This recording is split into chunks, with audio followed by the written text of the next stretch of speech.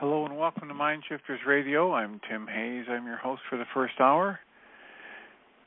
And today is Wednesday, March 24th, 2021. As always, we're grateful to everyone who's joining us here today, whether you're listening live or listening through the archives, as we spend another couple of hours teaching and supporting people in using some of the most powerful, effective, efficient, and accessible tools I've ever encountered in my over 46 years of doing therapy. These tools are available gratefully absolutely free at whyagain.org. If you go to that website and click on the red and white bullseye or the link in the upper left-hand corner of most pages that says Start Here, it will take you to a page where you can download and read Chapter 24 of Dr. Michael Ryce's book. His book is titled, Why Is This Happening to Me Again? And that particular chapter of the book contains a narrative description of the primary tool in this work. That tool is called the Reality Management Worksheet, sometimes called the Reality Management Wake-Up Sheet, and it's a tool I've been using for over 16 years to dramatically improve the quality of my life, manage my relationships, and turn any negative emotion into a very useful part of my internal guidance system. You can also download the actual worksheet itself. It's a simple PDF file. Click and download, print it off, and use it as often as you'd like. You can also download a whole host of audio files of shows just like this one that have occurred in the past 10 years when we were running the first 8 years, 5 days a week, 1 hour a day. And for the past 2 years, 5 days a week, 2 hours a day. Some of those files contain the audio of people being stepped through the worksheet process. Some of them contain testimonials from people who've been actively using the worksheet process to improve the quality of their life, and some of them explore some of the deeper concepts behind how such a simple process can be so powerful. You can also go to your app store and type in the 3 words Heartland Aramaic Forgiveness and get access to a completely free and private app. It contains the Reality Management Worksheet, an abbreviated version of that worksheet process, and a copy of the Dragon Klingon game, which I say is a wonderful way to introduce these tools to even younger audiences. And we encourage people to do that soon and often because that's the best way to see the positive impact in your life. And then give us a call. Our call-in number is 563-999-3581. If you have questions or comments about that tool or how to use it effectively or get even greater benefit from it, we appreciate the calls. It helps us live into our intention. Our intention with this work and these shows is to be of service. So when you call us and let us know what would be most relevant, what would be the most efficient way to spend the hour, we'll tap into that. If you call that number and press 1, we'll have a conversation. Currently, we're in the middle of working through the Course in Miracles worksheet, workbook lessons, and today is day 83 in the year. So it's another review lesson, and the review is of lesson 65 that says, My only function is the one God gave me. I have no function but the one God gave me. This recognition releases me from all conflict because it means I cannot have conflicting goals. With one purpose only, I am always certain of what to do, what to say, and what to think. All doubt must disappear as I acknowledge that my only function is the one the Creator gave me. So here are some more specific applications of this idea. My perception of this current situation does not change my function. This current situation does not give me a function other than the one I was created to fulfill. Let me not use this current situation to justify a function other than the one creation gave me. Lesson 66 review. My happiness and my function are one and the same. All things that come from the creation are one. They come from oneness and must be received as a whole, as one. Fulfilling my function is my happiness because both my function and my happiness come from the same source. That is the source of creation. I must learn to recognize what it is that makes me happy if I would find happiness. Some useful forms of this specific thought are: this current situation cannot separate my happiness from my function. The oneness of my happiness and my function remains completely unaffected by this current situation. Nothing, including this current situation and all of my thoughts about it, can justify the illusion of happiness apart from my function. In Pam Grout's book, The Course in Miracles Experiment, her chapter 83 is titled, "Did You Look in the Driveway?" She quotes Richard Rohr, who says, "Feel at home in the universe. Enjoy its innumerable marvels. Be active in it. Contribute to it. Participate in the healing. This is where reality is." Pam writes, from the need to know category, "I have but one purpose, and that is to be happy." Song suggestion, "Girls Just Want to Have Fun" by Cyndi Lauper. And she writes, Jean, not her real name, was doing the Dude Abides experiment from E Squared. The Dude means the creation, God, light, love, whatever you want to use. Pam uses the moniker, the Dude. The idea is to ask for a blessing, a sign that you are loved by the universe. Although I encourage people to refrain from making specific requests, this woman, Jean, not her real name, who studied geology in college and loved rocks, she thought to herself, wouldn't it be cool if my blessing was a crystal agate? The next day she came home, and sitting in her driveway was the biggest crystal agate she'd ever seen. Another reader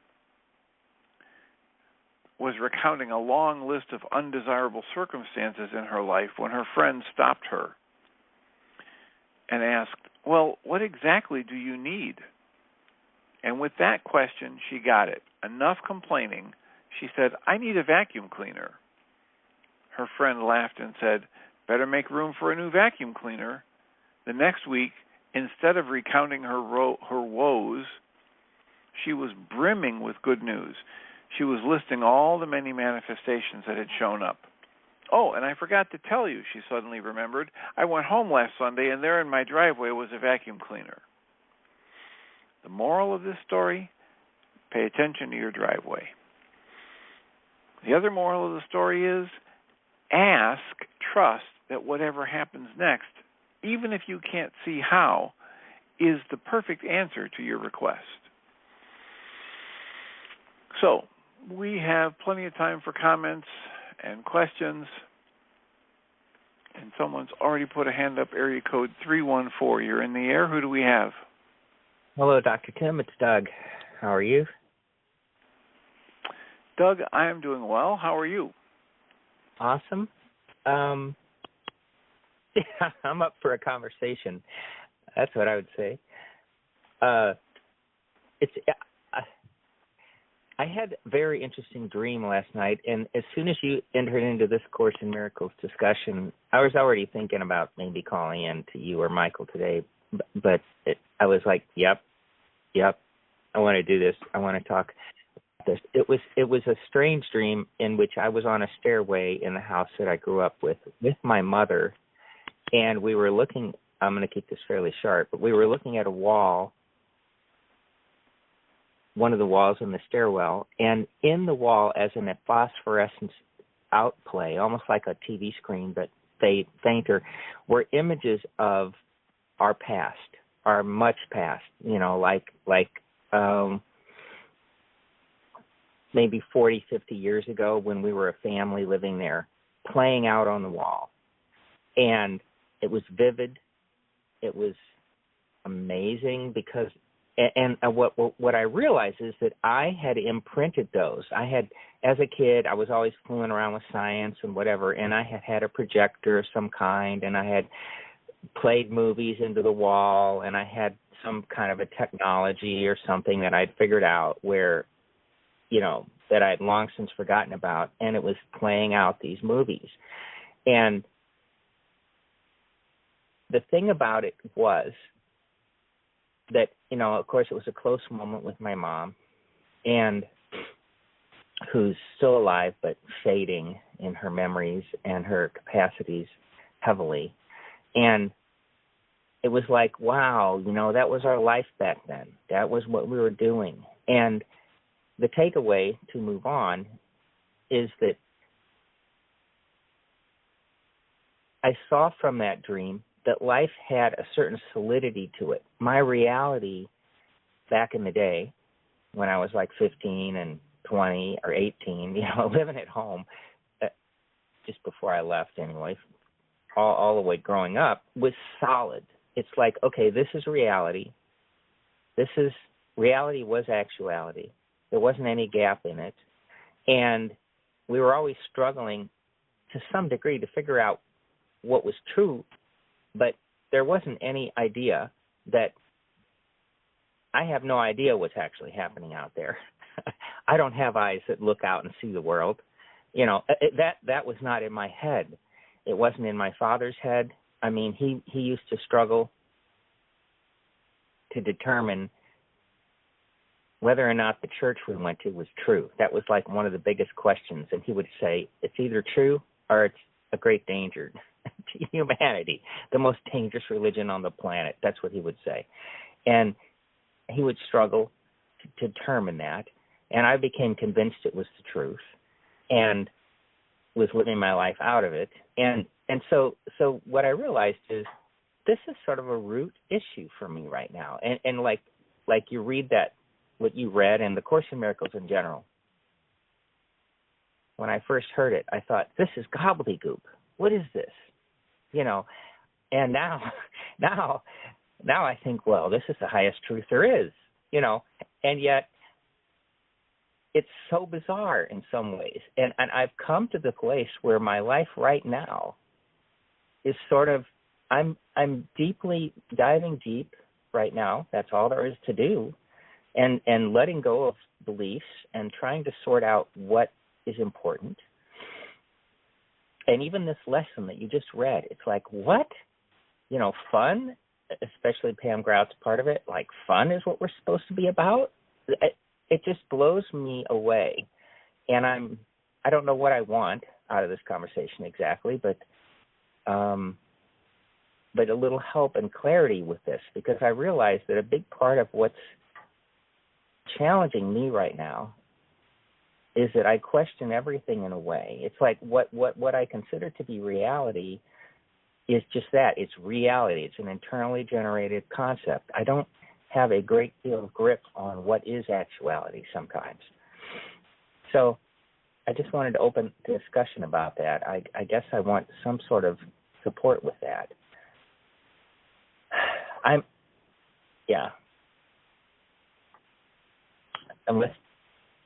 Are you still there? Is this call still in play? We're here. Okay, great.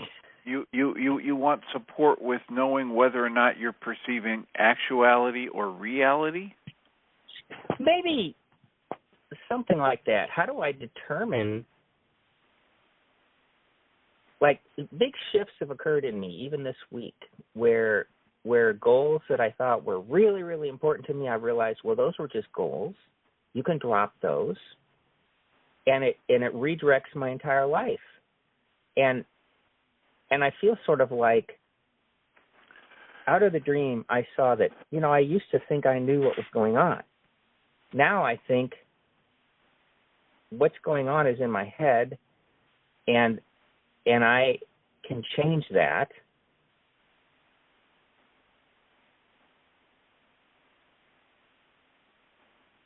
I don't know. I'm just in the middle of something, and I'm trying to sort it out. Well, And I would say the thing that comes to my mind to say is the way is easy. The way is easy. Okay. Yeah, I mean, this is I come to this many times when I listen to you talk. You make things so complicated. So I just went to the way of mastery in part 1, and I just typed in the way is easy, and here's a quote. Beloved friends, the way is easy and without effort. You exist to extend your treasure, and your treasure is that which is laid up in heaven through the decision to remember only your loving thoughts and to extend only loving thoughts, to allow your actions to express or to manifest in the field of time what the way of mastery calls the good, the holy, and the beautiful. Never is your freedom taken from you. Never in any circumstance do you lose the innocent freedom to teach only love. Never in any circumstance do you lose the innocent freedom to be the presence of peace and to recognize that the world can give you nothing just as the world can take nothing from you.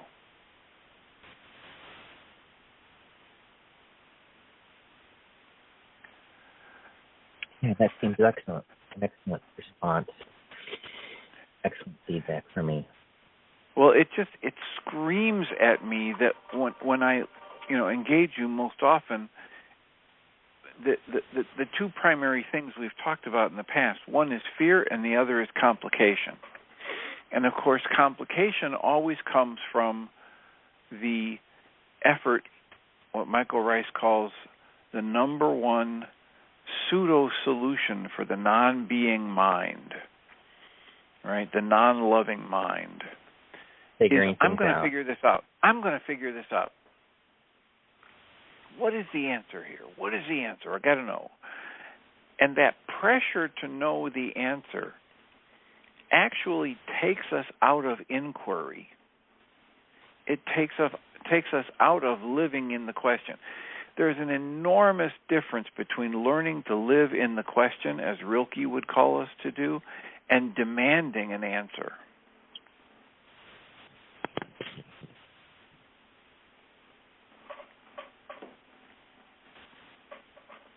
Figuring it out. So when yes, figuring it out. I'm going to figure it out. It's the same as the phrase. The dynamic's going to end up being the same. If I demand an answer, I want to know who's right and who's wrong. I was listening. I was reading some comments. I don't do that much on social media, but the other day somebody that I know posted something, so it came up on a notice, and I went and read the string of comments, and it's back and forth between these two people. And they're just back and forth accusing each other of not being in balance and not being, their energies aren't balanced from one side to the other, and who's right and who's wrong and who said what. And it was just like, wow.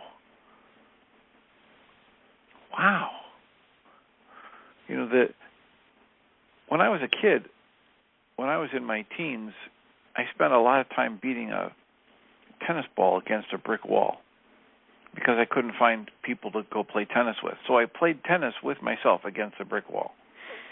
And a lot of people would say, well, what are you doing that for? But I got a lot of benefit out of it. I got exercise. I was out in the sun. I got better at eye-hand coordination. I mean, I had these other benefits. But when I'm arguing with somebody back and forth about who's right and who's wrong over some theoretical construct, I don't see any benefit. And when I'm feeling this internal stress or pressure that feels difficult, then I know instantly I'm not in line with what the Way of Mastery or the Course in Miracles would tell me, that the way is easy and without effort. And you can go back and forth. You can go to Abraham Hicks's work, and this is just, are you in line with source energy? Are you viewing things the way your source would view it? You can look at Byron Katie's work. Is this true? How do you know that what's happening right now is perfect? Because it's happening. Are you in the flow, the way Michael Singer talks about? Are you able to sit back in the seat of the observer within your own mind and understand that the exact way life is unfolding, this flow of creative energy in, through, as, and around you in this moment is perfect? And if I'm not, if I'm efforting, if I'm struggling, if I'm fighting against it, if I'm having an internal battle of negative thoughts or judgment of myself because I'm not perceiving actuality, that right there, my alarm system could be used to let me know, Tim, you're working too hard at this. You're overlaying thoughts and judgments and meanings on the flow of life that are not very productive. How do you know they're not productive? Because you're feeling constricted, you're feeling angry, you're feeling sad, you're feeling worried that you're not fulfilling your purpose, et cetera, et cetera.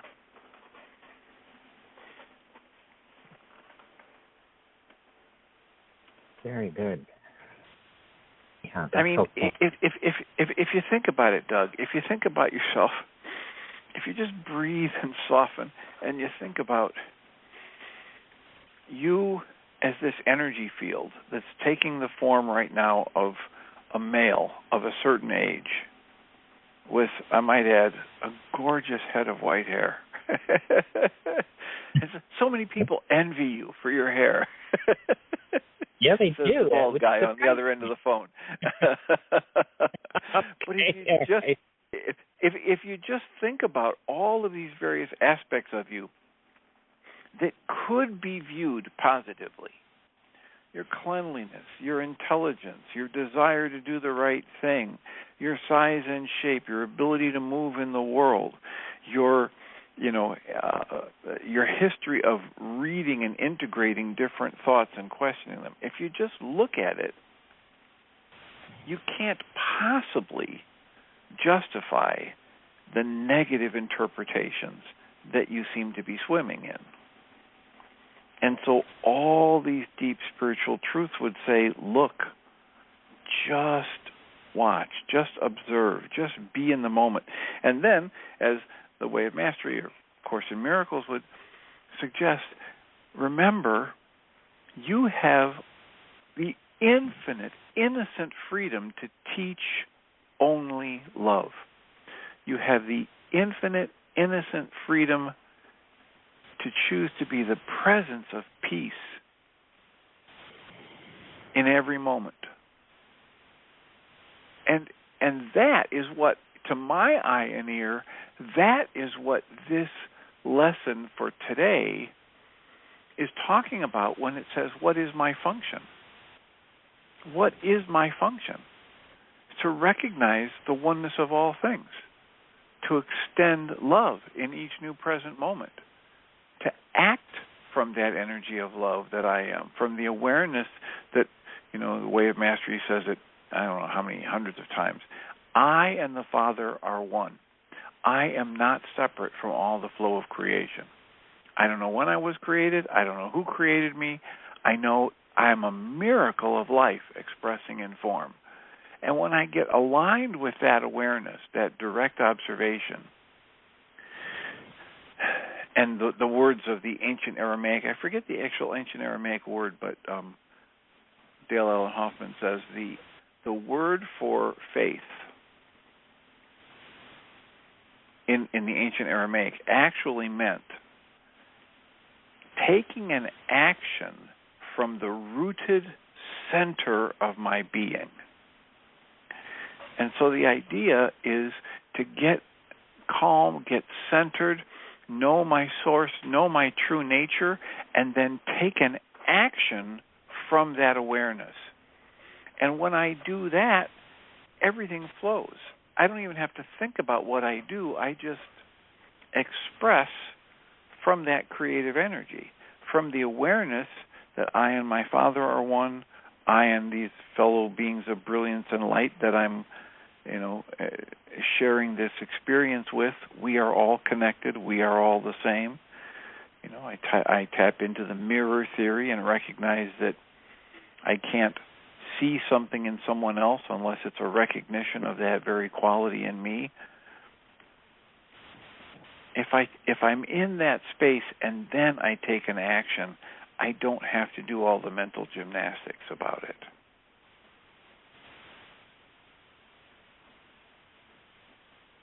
Very good. And so I would be able to say that my present condition is perfect because it's happening, right? It feels that way, literally, at least in this moment. Like, all this, you're unfolding perfectly.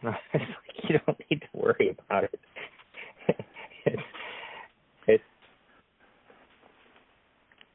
You just relax and do what you just said. Yeah. Yeah, and then when I'm, if I'm looking for more, then the first thing I want to do is dismantle the discomfort, if there is any, that's behind that I want more or I need more or I'm not enough, the judgment of that. And then when I get calm and centered, if I'm feeling, Way of Mastery has a 4th chapter that talks about some exercises to try and tune into the energy of creation that wants to express uniquely through you in the present moment. Now, the Way of Mastery uses the word desire and says, this is the energy of creation, desire. Nothing happens without desire, etc. But we're not talking about obsession. We're not talking about compulsion. We're not talking about craving.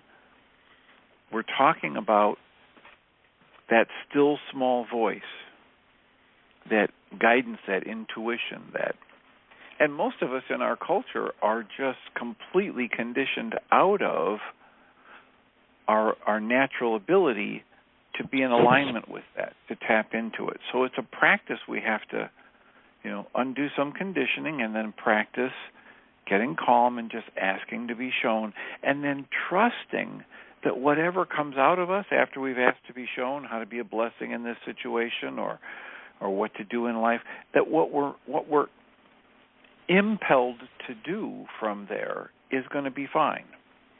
It's either going to be something that shows us where we need to make a course correction, or it's going to be something that extends that loving energy in the moment.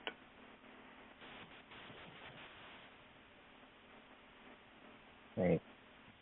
So for Doug, as this particular package of energy that I've had interactions with, these 2 things I would say. One is fear, and the other one is making it hard. And you said that in a different way. Did you make that second one in a different language earlier, making it hard? Or was that language? Trying to figure it out, working hard at understanding it at an intellectual level.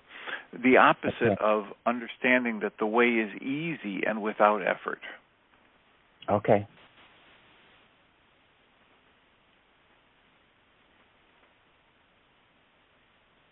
Letting go of fear and letting go of the need to figure it out and make it hard.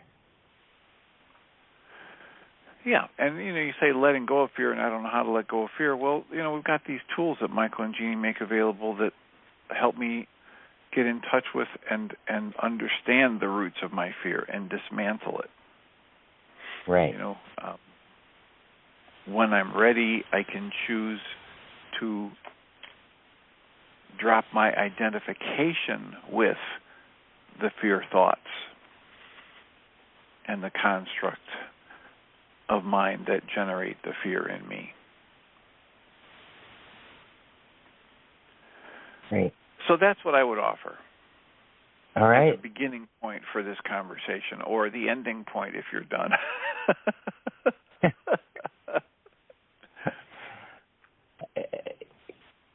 You said earlier something that really struck me, and now it's gone out of my mind, so I know it's really important, even though I'll go back and listen to this. You said that figuring it out is, you tied that to something. Being in the question, living through observation and being in the question, right? It's the opposite. If I'm, some people say, but I just want to figure it out. And that is living in the question, and I need to know the truth. And I'm saying, no, that's demanding an answer. That's not living in the question.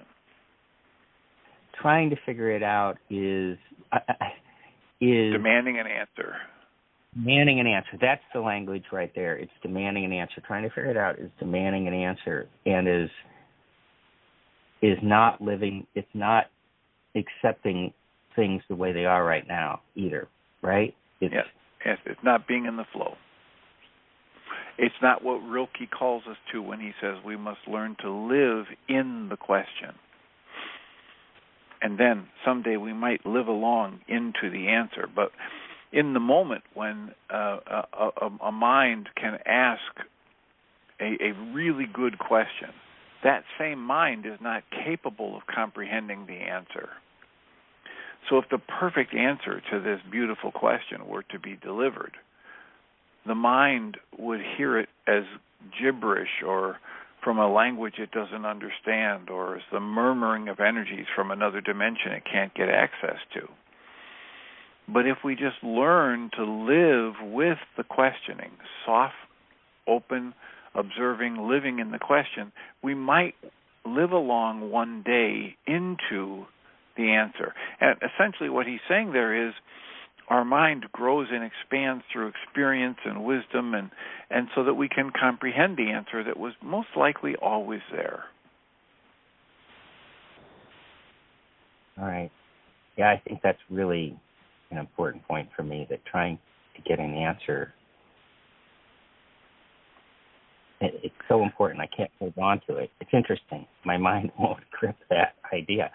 Yeah, well, it's intimately tied with I want to do what's right. I want to be right. I want to know what's right. But I'm trying to do that from that conscious logical mind that's full of words and definitions and judgments and comparisons. And so it becomes an impossible task.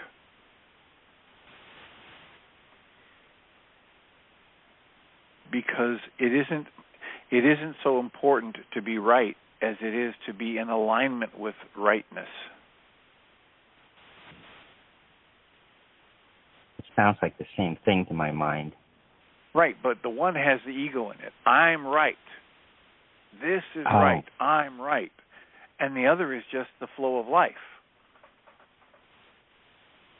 Okay. Sure. Remember the salt, the man who was made of salt, who wanted to be, he wanted to have connection with the infinite. And so his teacher said, okay, come over here and put your foot in the ocean. And he puts his foot in and his toes disappear, and he screams and hollers, and what's the matter? I thought you wanted to be in one with the infinite. Yeah, but I want to be there. Which reminds me of the Guy Finley from his teacher, Vernon Howard, and he said, Guy would always talk about how he wants to get it right and he wants to get to heaven, and his teacher, Vernon Howard, said to him, Guy, listen, what kind of heaven would it be if you're there?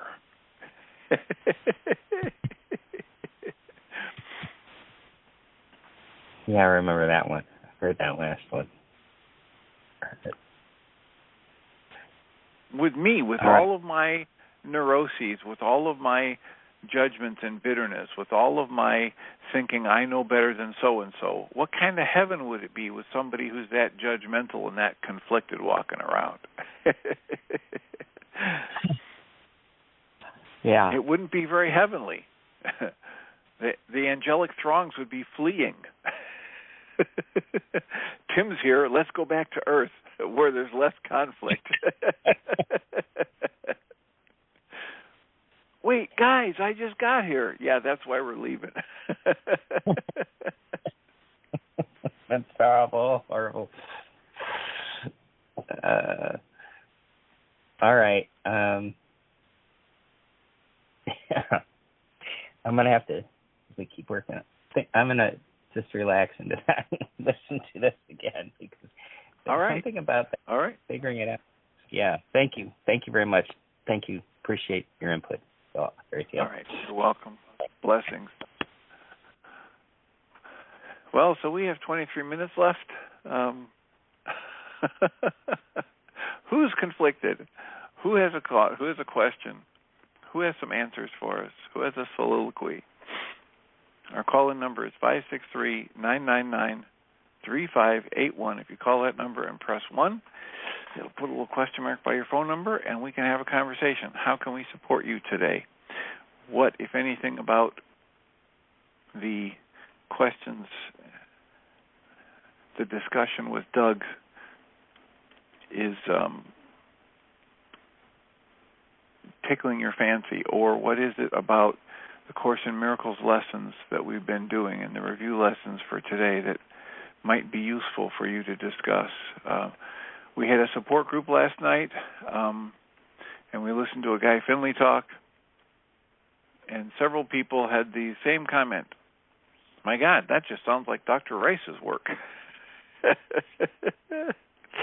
Which, of course, is why we listen to those talks from Guy Finley. It's just a slightly different version of the same deep truths.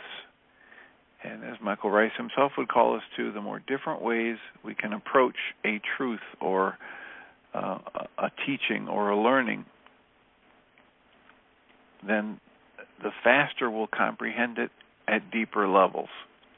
The more we can come at the idea of the way is easy and without effort, the more we can have different teachers tell us that all events are neutral, and we can watch our thoughts and judgments about that and recognize that if we're having a negative physical sensation, a tension, a judgment, an anger, a hurt, a fear, when we have those thoughts, that could be used as our guidance system to tell us, oh, our thoughts right here about this thing are off the mark. So, what is your comment? What is your question? How can we be of service to you today? 563-999-3581. We've got 8 callers and 1 person in the chat room that I don't recognize. So, welcome, person in the chat room. What's your comment or question? How can we support you today? What would be of service? We had somebody join our support group last night who's never been to a support group before, and it's always interesting when that happens. I wonder, okay, why now? What's going on for that person? And so the same thing with people tapping into the internet show. Why are you here today? What would be of service to you? What brought you back? What are we doing that's working for you? What are we doing that's not working for you? I should mention that we did successfully publish the podcast yesterday from Journey's Dream with Laura McGowan, so that's available at journeysdream.org/podcast if you're interested in an interview with a woman who's written a book that I recommend frequently because it talks about the need for radical, profound truth within yourself. And then, as she says, and then eventually with somebody else, but that our healing is only possible when we discover all of the ways we're hiding the truth from ourselves or we're keeping secrets. And so I think that's only about a 40-minute listen. So you're looking for something to listen to in your spare time, or you're interested in the book. The book is titled We Are the Luckiest by Laura McGowan. And that one and the book Untamed by Glennon Doyle I highly recommend to people for the same primary reason. Both these women write very powerfully about the need to be honest at deeper and deeper levels. So, and somebody asks in the chat room, can you work on a food addiction? Yes, absolutely, with the worksheet process. One of the things that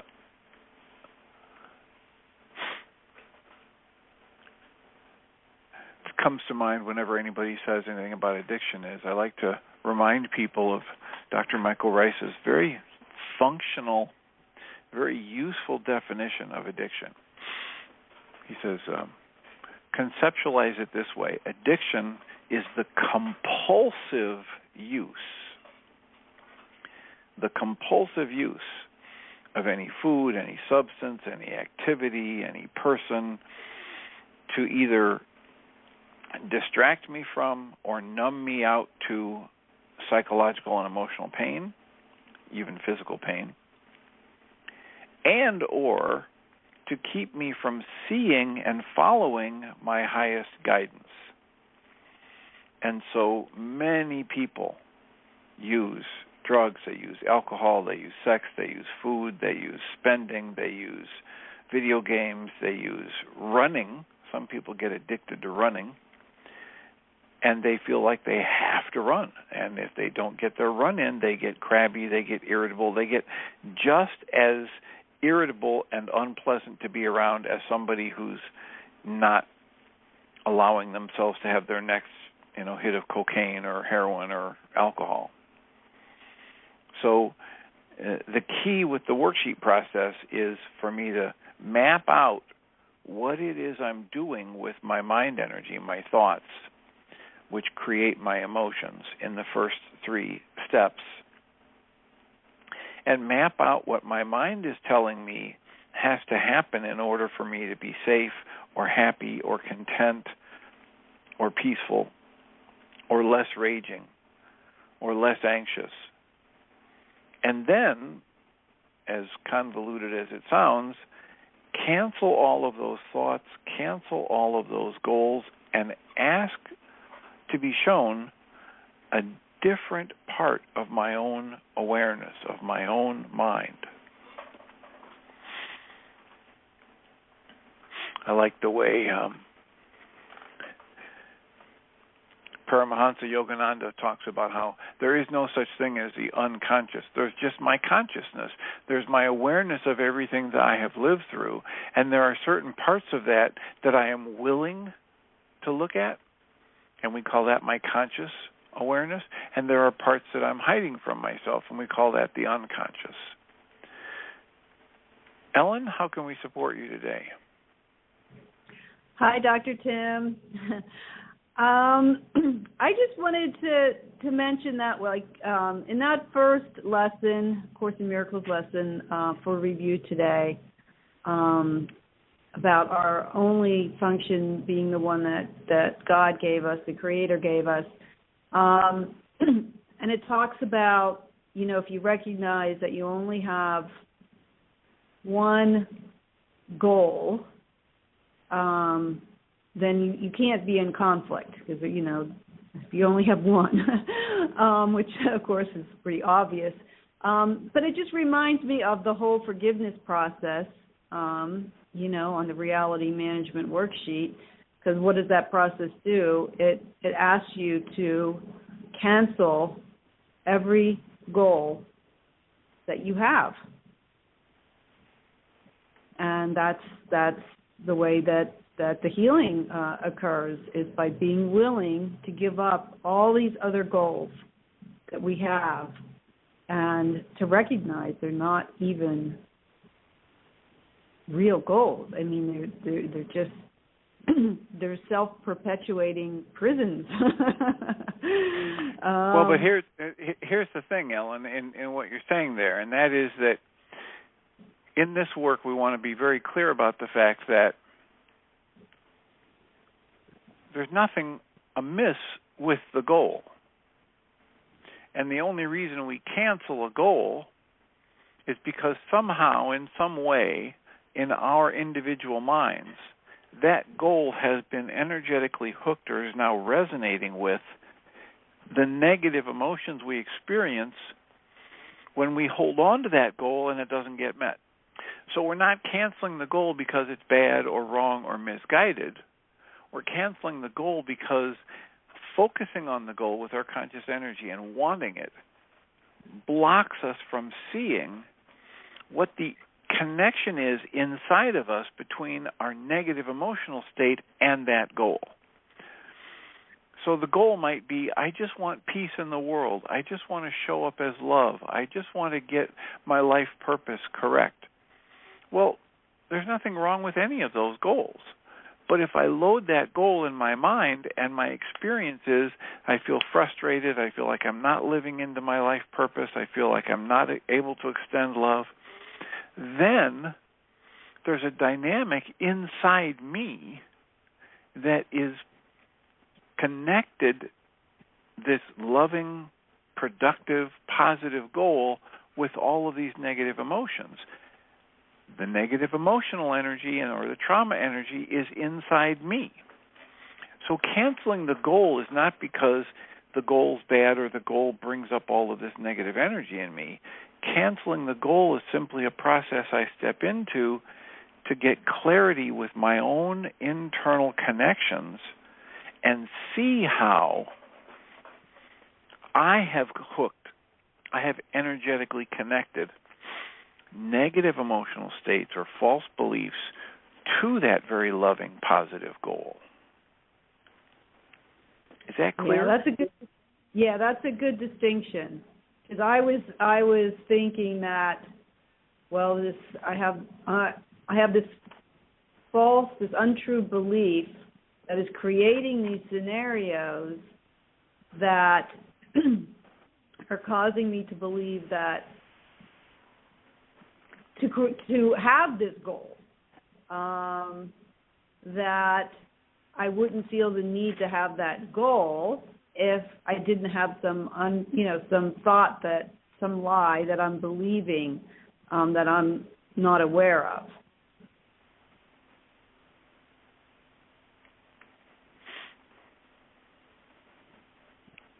And so by canceling the goal, I can then see what, I can be put in touch with what that is so that I can see that it's not true. What I think is happening. Well, and the idea that, some people run into this work and they leave with the assumption that it's the goal that's a problem. And as long as they fix their goal, they're not going to have any pain or fear or sadness. And it's a difficult adjustment to get people to understand that that's not what this teaching is about. This teaching is about the fact that I can take even the most loving, innocent, productive goal, and if it is energetically connected in my mind with pain or fear or sadness or guilt or shame or upset or past traumas, when that goal is loaded in my mind, that's what I'm going to become aware of. And it's amazing, how my goal might be to have this most loving, respectful, generous, patient relationship. And then I find somebody, and everybody in the outside world says, oh my gosh, you are so lucky to have him or her. They are so loving, patient, kind, respectful. And I can be in that relationship gritting my teeth in frustration and anger because they're not doing this or this or this. There's 2 or 3, 4 things that I think, if they really loved me, they would do this and this and this. And the people on the outside are going, oh my gosh, this is the most loving, patient, respectful, kind person I've ever seen. And Tim wants to kick him out of his life. What's wrong with Tim? Well, Tim's got a goal that's loaded in his mind that's energetically connected to trauma and negative emotions, and Tim thinks that his experience of those thoughts and emotions is due to his partner, and it's not. Tim's just he wants his partner to do this, this, or this, and his partner's expressing all of this peace, all of this patience, all of this loving energy in that way, and that way, and that way, and that way, and that way. But Tim can't see that because he's looking for this and this and this.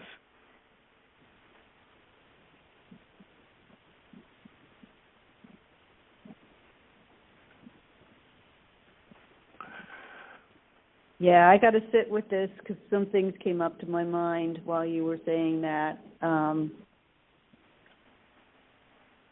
Just regarding my needs as a baby and how my needs took on the appearance of being very dangerous because they always got me into a lot of trouble. So I can see how that that would have hooked me into that sort of upset whenever I feel like I want to have those needs met.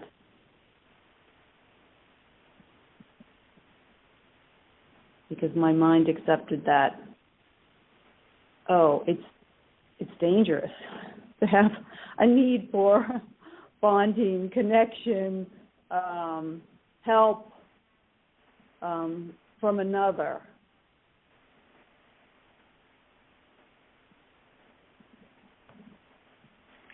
Well, that would be the key. Yeah. And rather than trying to figure that out, in this work we would say, all right, here's the plan. Get some worksheets or do a mind shifter that says it's safe and healing for me to express my needs for nurturance and support and bonding and connection. Mm-hmm. Yep. Or, if Michael were here, he might say, it's safe and healing for me, and I love it when my supposed need for bonding and connection and nurturance and support is not met by the outside environment or goes unmet by the people around me. Again, this is just a way to pick a topic to journal on that might stir up some negative thoughts or experiences. Right. You might have had one or two pop to mind there. Yeah, I've been aware of them. Well, I was gifted with some spontaneous regression that took me into those experiences, which I never could have remembered, that far back. So that was a real gift that showed me, wow, look what I experienced as a baby. That's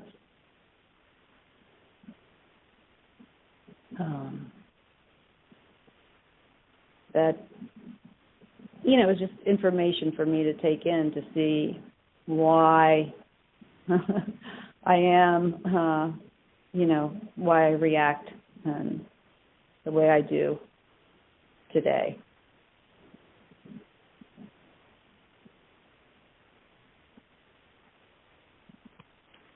Well, and the more that I can let myself be in the flow state of, journaling, the targeted journaling, Michael calls it the mind shifter tool, and I block out a period of time where I just let myself write whatever comes to mind, and I use a triggering statement like that, the more I read it, the more I write it, the more it's going to resonate things from my consciousness that I have been unwilling to look at or have felt was unsafe to look at.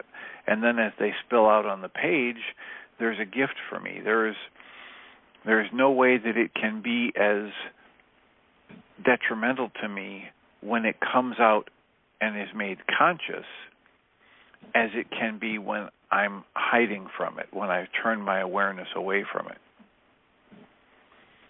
Right. The very act of turning away from something in my consciousness indicates to me that I've decided it's too much for me to deal with, that I'm holding the conclusion that this is just not possible for me to see and be safe. Right. And the fact is, as Guy Finley says, it's not possible for there to be a bad fact about me. There's no such thing as bad self-knowledge, is another way he says it. So anything I do in these tools that Michael and Jeannie make available that help me explore all of these various connections and beliefs and emotions in my consciousness,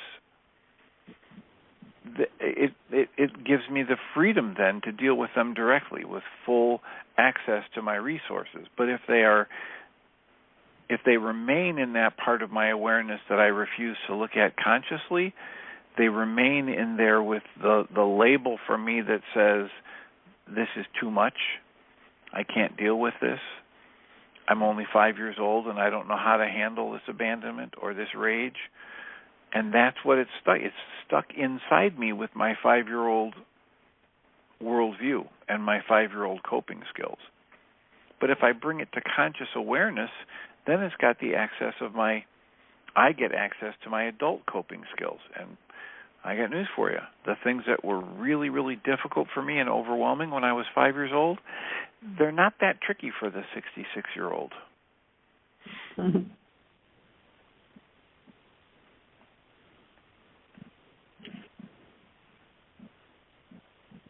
Yeah, and prior to using tools like Go ahead. this, prior to using what?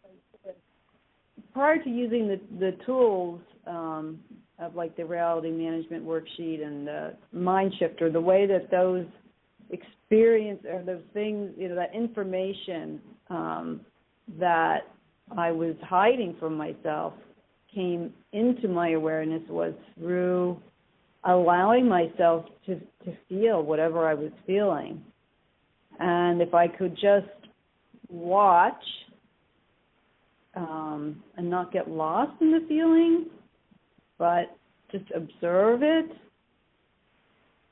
then I would notice that information would come along with it. And that's exactly how I went into that spontaneous regression. It just took me, as I watched, it just took me right into it. And I've had other experiences like that where words would just start coming out of my mouth. My mouth would start moving without me moving it, and words would start coming out without me talking them.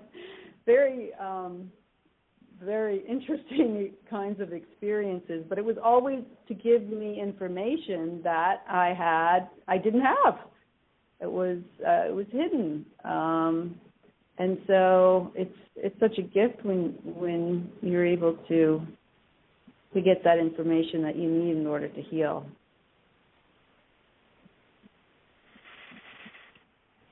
Well, I am grateful as always for your calls, comments, and questions. I'm going to go ahead and mute you so we can do the transition to the second hour of our show with Michael and Jeannie.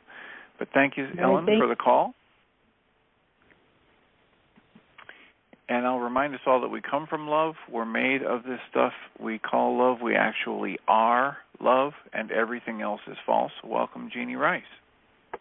Thank you, Dr. Tim. And thank you for playing the pre-recordings for the next couple days. I appreciate it. Well, you're entirely welcome and deserving, and we'll talk to you in a few days. All righty. You have a good one. Thank you.